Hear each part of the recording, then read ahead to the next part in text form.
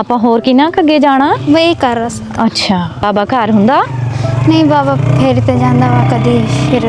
ਅੱਛਾ, ਫਿਰ ਇਹ ਹੈਗਾ ਇਹਨਾਂ ਦਾ ਕਿਚਨ ਜਿੱਥੇ ਆਪਣਾ ਇਹ ਖਾਣਾ ਛਾਣਾ ਬਣਾਉਂਦੇ ਆ।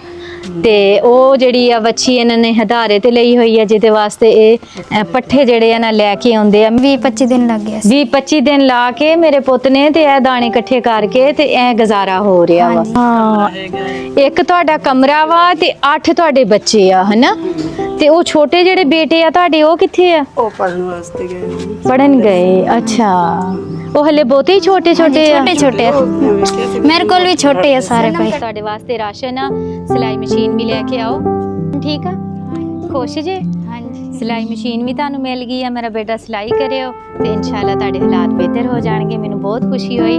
ਦੇਖੋ ਜੀ, ਅੱਜ ਦੇ ਦੌਰ ਦੇ ਵਿੱਚ ਜਿਹੜੀਆਂ ਬੇਟੀਆਂ ਵਾ ਉਹ ਵੀ ਕਿੰਨੀਆਂ ਮਿਹਨਤ ਕਰਦੀਆਂ। ਇਹਨਾਂ ਤਾਂ ਬੇਟੇ ਨਹੀਂ ਮਿਹਨਤ ਕਰਦੇ ਜਿੰਨੀਆਂ ਤੁਹਾਡੀਆਂ ਬੇਟੀਆਂ ਮਿਹਨਤ ਕਰ ਰਹੀਆਂ। ਇਦਾਂ ਹੀ ਆ ਨਾ। ਬਿਸਮਿਲ੍ਲਾ ਪੜੋ।